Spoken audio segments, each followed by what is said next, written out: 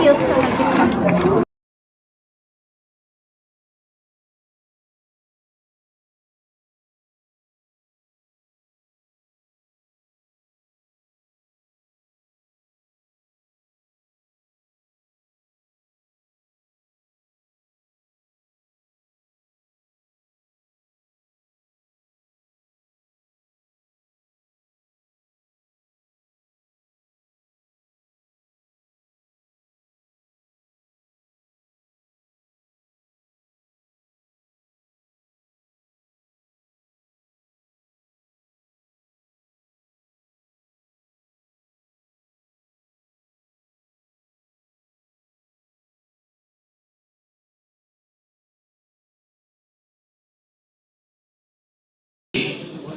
పెద్దలు శ్రీ ఏపీ క్రీడా భారతి ప్రెసిడెంట్ గారు అయినటువంటి శ్రీ ఎం మాణిక్యాల్ గారిని తమ సందేశం వినిపించవలసిందిగా కోరుతున్నాం.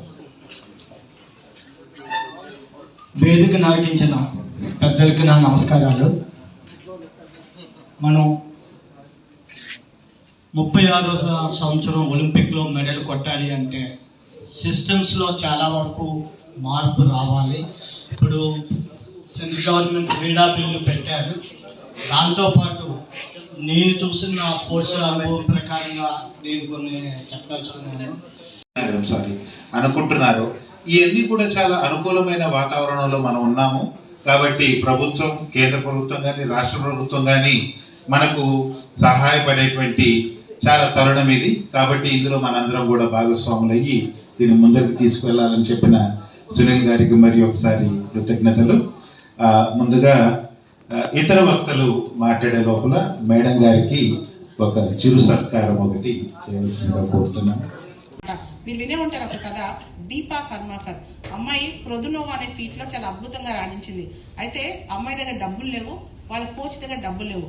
ఆ ప్రొదునోవా ఫీట్ కోసం అమ్మాయి ఏం చేస్తుంది, వాళ్ళ కోచ్ అమ్మాయి కోసం పాత స్కూటర్లు, సైకిల్స్ అన్ని పెట్టి కంప్లీట్ గా ఒక స్ట్రక్చర్ తయారు చేయించి ఆ ఫీట్ ని ప్రాక్టీస్ చేయించాడు అనమాట. సో అట్లాంటి కష్టం మనకు ఉండకూడదు. ప్రతి స్పోర్ట్ కి, అది చిన్న అండ్ తక్కువ మంది ఆడే గేమ్ అయినా ఎక్కువ మంది ఆడే గేమ్ అయినా proper infrastructure, proper coaching support ఉండాలి. అండ్ ఇంకొకటి నేను చాలా మంది గమనించాను, ఇస్కా సార్ ఎంతమంది పిల్లల్ని సపోర్ట్ చేస్తారు స్పోర్ట్స్ గురించి నేను గమనిస్తూనే ఉన్నాను. కానీ చాలా మంది ఇంకా టాలెంటెడ్ పిల్లలు ఉన్నారు కదా, వాళ్ళందరూ కూడా ఇంకా స్పోర్ట్స్ సపోర్ట్ సిస్టమ్ అనేది చాలా అవసరం. చాలా మంది చిన్న చిన్న పిల్లలు ఉంటారు, పేరెంట్స్ ఎంత కాలం అంటే మీరు పివి సింధు గారిని చూసుంటారు, వాళ్ళ నాన్న అమ్మ సపోర్ట్ అమ్మాయికి ఎంత ఉంది. మనం చూస్తే కనుక పొద్దున్నే 3 గంటలకు లేసి 10 సంవత్సరాల పాటు పిల్లల్ని రోజు ఆ కోచింగ్ దగ్గర తీసుకెళ్లి చేసే శక్తి ఎంతమంది పేరెంట్స్ ఉంటుంది, ఆ డబ్బులు ఖర్చు పెట్టే శక్తి ఎంతమంది పేరెంట్స్ ఉంటుంది. ఇదంతా కూడా పేరెంట్స్ ఫ్యామిలీ సపోర్ట్ కావచ్చు, గవర్నమెంట్ సపోర్ట్ కావచ్చు, క్రీడా భారతి లాంటి ఇన్స్టిట్యూషన్ సపోర్ట్ కావచ్చు. ఎందుకంటే చాలా మంది అనుకుంటారు గవర్నమెంట్ మాత్రమే సపోర్ట్ చేయాలని. గవర్నమెంట్ మాత్రమే సపోర్ట్ చేస్తే అవ్వదు. ఆంధ్రప్రదేశ్లో రీసెంట్ గా పావర్టీ ఎలివేషన్ కోసం ఒక స్కీమ్ తీసుకొచ్చారు, P4 అని, పబ్లిక్ పీపుల్ ప్రైవేట్ పార్ట్నర్షిప్ అని చెప్పి ఒకటి తీసుకొచ్చారు అనమాట. నేను అంటాను స్పోర్ట్స్ లో కూడా ఇలాంటివి అనమాట. CSR ఫండ్స్ కూడా చాలా ఉంటాయి, స్పోర్ట్స్ కి చాలా అలొకేట్ చేయొచ్చు. ఆ అప్రోచ్ మనకు ఉండాలి. ఆ అప్రోచ్ మనకు ఉండి గవర్నమెంట్ ఇప్పుడు కొత్త స్పోర్ట్స్ బిల్లో కూడా అదే తీసుకొచ్చింది, ప్రైవేట్ పార్ట్నర్షిప్ ని పెంపొందించాలి, స్పోర్ట్స్ అడ్మినిస్ట్రేషన్ ట్రాన్స్పరెన్సీ తీసుకురావాలి అని చెప్పి. ఈ ప్రైవేట్ పార్ట్నర్షిప్ లో అన్ని రకాల సపోర్ట్ సిస్టమ్, అది CSR కావచ్చు, ఇన్స్టిట్యూషనల్ సపోర్ట్ కావచ్చు, ఈ సపోర్ట్స్ అన్ని కూడా చాలా అవసరం అన్నమాట. కాబట్టి నేషనల్ స్పోర్ట్స్ గవర్నెన్స్ యాక్ట్ అనేది మొత్తం దేశంలో వచ్చే 20-30 ఏళ్లలో స్పోర్ట్స్ గవర్నెన్స్ నే మార్చబోతుంది, ఒక హోలిస్టిక్ అప్రోచ్ తీసుకురాబోతుంది. కంట్రీ ప్రైడ్ అనేది దేశంలో టాప్ లో నిల్చోబెట్టబోతుంది. అయితే ఇక్కడ టాలెంట్ ని సర్చ్ చేయడం, గ్రాస్ రూట్ లెవెల్ టాలెంట్ ని పైకి తీసుకురావడం అనేది గ్రాస్ రూట్ లెవెల్ ఫౌండేషన్స్ చేయాల్సిన పరిస్థితి అనమాట. దాంతో మా మేడం బాలత గారితో నాకు ఒక 3-4 ఇయర్స్ నుంచి మంచి స్నేహం ఉంది. ఈమె మనమందరం క్రీడాకారులను తయారు చేస్తూ ఉంటే బాలత గారు చాలా IAS, IPS తయారు చేస్తూ ఉంటారు. అందులో ముఖ్యంగా ఈ మధ్య మన ఆంధ్రాకు సంబంధించి నరేష్ కుమార్ గారు, కృష్ణ తేజ గారు, అలా చెప్పుకుంటూ పోతే ఒక 50-60 మంది మన ఆంధ్రప్రదేశ్లోనే బాలత గారు ద్వారా, వారి శిక్షణ ద్వారా IAS, IPS, IRS వచ్చింది. అదేవిధంగా బాలత గారికి విజయవాడలో కూడా ఈ మధ్య కొత్తగా ఇన్స్టిట్యూట్ పెట్టారు, CAB అని. దాంతో శిక్షణ ఇస్తూ మంచి అండ్ ఒక శిక్షణ ప్రోగ్రామ్కి అన్ని విధాల అంటే హైదరాబాద్లో ఉండే మిగతా శిక్షణా కేంద్రాల కంటే కూడా ఈ శిక్షణా కేంద్రం చాలా అగ్రగామిగా ఉంది. థ్యాంక్స్ మ్యామ్, చాలా బాగా చెప్పారు మ్యామ్. నేషనల్ స్పోర్ట్స్ పాలసీ గురించి అలాగే మణికర్రావు గారు, రామకృష్ణారెడ్డి గారు మరియు ధనంజయ రెడ్డి గారు వీళ్ళందరికీ స్వాగతం, సుస్వాగతం. ముందు మన ఆశిస్తున్న అందరికీ కంటే ముందు ఈ పెద్దలు అందరూ పెద్ద పెద్ద మాటలు మాట్లాడారు. అంటే రాష్ట్రం గురించి, దేశం గురించి. మనం లోకల్ ఈజ్ వోకల్. అంటే క్రీడాకారులు అనుకోండి, మన కోచెస్, మన అసోసియేషన్స్, మన గవర్నమెంట్, ఈ 4 విధాలు. దీనికి ముఖ్యంగా ఈ 4తో కలిసిపోతేనే మనము లోకల్గా ఉండి గల్లీలో గెలిస్తేనే ఢిల్లీలో గెలుస్తాం. ఈ వినాదంతో పోతేనే అవుతుంది.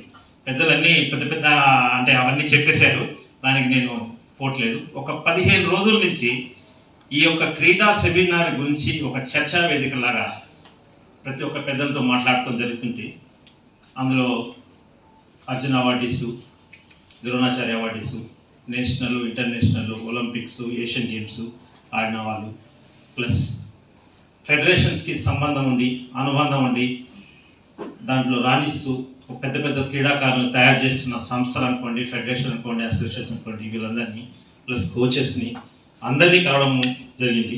అందరిలో కల్లా మనకు ఆంధ్రప్రదేశ్లో గట్టి పట్టు ఉంది, కానీ దాని నుంచి ఒకలాంటి ఏదో ఒక ఆగుతుందంటారో ఇంకోటి అంటారో మనకు తెలియదు, కానీ దానికి ఒక బీజం వేస్తూ ఇది ఒక స్టార్టింగ్ పాయింట్ అనుకుందాం మనం.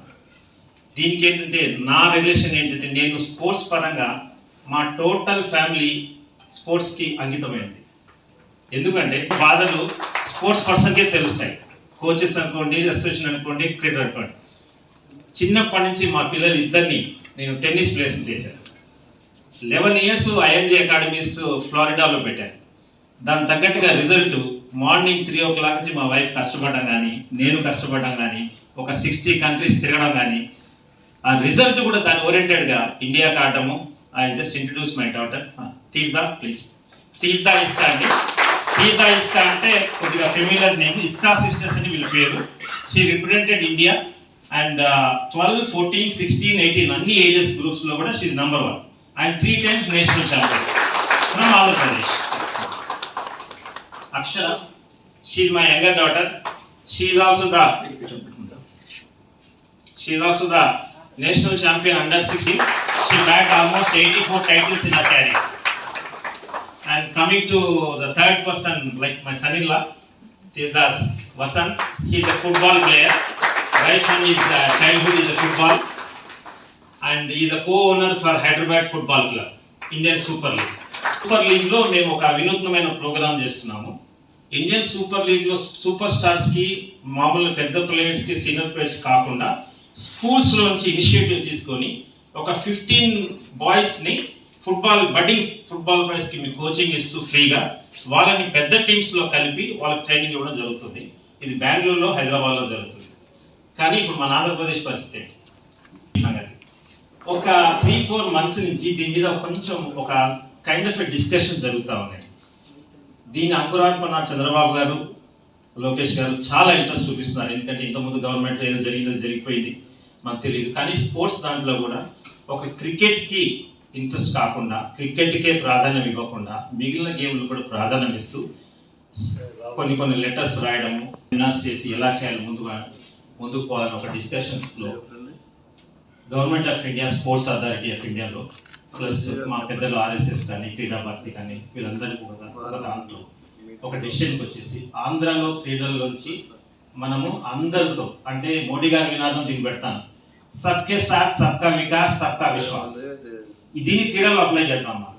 మనం అందరినీ మనం కలుపుకొని పోయి అందరితో కలిసి ముందుకు పోతేనే దాంట్లో ఒక స్టెప్పింగ్ ఫార్వర్డ్గా చేయగలుగుతాం. లేకపోతే ఏమవుతుందంటే ఎక్కడో కాడికి అడ్డుపడము.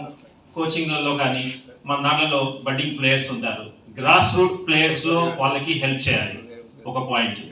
రెండోది కోచెస్కి వచ్చేటప్పటికి చాలా ఫెసిలిటీస్ లేవు, చాలా ఇబ్బంది పడుతున్నారు కోచెస్.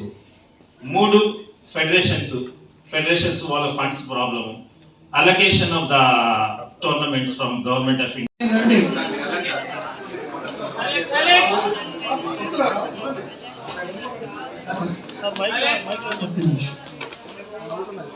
ఈరోజు ఉదయం నుండి నేషనల్ స్పోర్ట్స్ పాలసీ గురించి ఇక్కడ సమావేశం జరిగింది.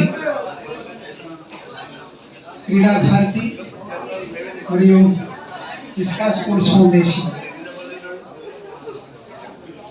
ఇద్దరు కలిసి ఒక కార్యక్రమాన్ని ఇక్కడ ప్లాన్ చేసాము, జరిగింది. స్పోర్ట్స్ పాలసీ ఉండేది క్రీడాక్షేత్రం ఎలా ఎదగాలి, క్రీడాక్షేత్రంలో వచ్చే వేరే వేరే ప్రాబ్లమ్లు మన ఎలా ఎదుర్కోవాలి, దానికి ఒక గైడ్ లైన్స్ మన స్పోర్ట్స్ పాలసీ. ఎప్పుడు పాలసీ ఉండేది పాజిటివ్గా ఏం చేయాలన్నది ఒకటైతే, దాంట్లో క్రీడాక్షేత్రంలో వచ్చే మన ప్రాబ్లమ్స్ దానికి సొల్యూషన్స్ ఎలా, దీనికి కూడా ఈ పాలసీ గైడ్లైన్గా ఉంటుంది. ఈరోజు దాదాపు 25 కన్నా ఎక్కువ అసోసియేషన్ ఫెడరేషన్ వాళ్ళు వచ్చి ఇక్కడ తమ అభిప్రాయం చెప్పారు. అవసరమైన సమాధానాలు కూడా చెప్పారు. దీన్నంతా మొత్తం క్రోడీకరించి పని ముందుకు ఎలా తీసుకెళ్ళాలి, ఇన్ని అసోసియేషన్లు ఫెడరేషన్లు అందరూ చాలా ప్రామాణికంగా ఆంధ్రప్రదేశ్లో స్పోర్ట్స్ ఎదగాలి అన్న ఒక తపన ఉండేది, ఇక్కడ ఉంది. దాన్ని గుర్తులో ఉంచుకుని క్రీడా భారతి అందరితో కలిసి, ఆంధ్రప్రదేశ్ క్రీడా భారతి మరియు అసోసియేషన్లు ఫెడరేషన్లు కలిసి ఆంధ్రప్రదేశ్లో స్పోర్ట్స్ డెవలప్మెంట్ ఎలా అవ్వాలన్నది ముందు రోజుల్లో ఖచ్చితంగా ప్రయత్నిద్దాం. దీంతో ఇప్పుడు ఈ స్పోర్ట్స్ పాలసీలో ఉన్న మంచి అంశాలు, దాంతో ఇప్పుడు చాలామంది అభిప్రాయాలు చెప్పారు, ఇంకా ఏం కావాలి. ఇలాంటి స్పోర్ట్స్ పాలసీలో అవసరమైన ఇంకా ఎక్కువ అవసరమైన అంశాలను గుర్తించుకొని ఇక్కడ రాష్ట్ర ప్రభుత్వానికి కానీ కేంద్ర ప్రభుత్వానికి కానీ దీన్ని మీ అభిప్రాయాలు అందించడానికి క్రీడా భారతి ప్రయత్నిస్తుంది. అలాగే ఈ పని ముందుకు తీసుకెళ్దాము.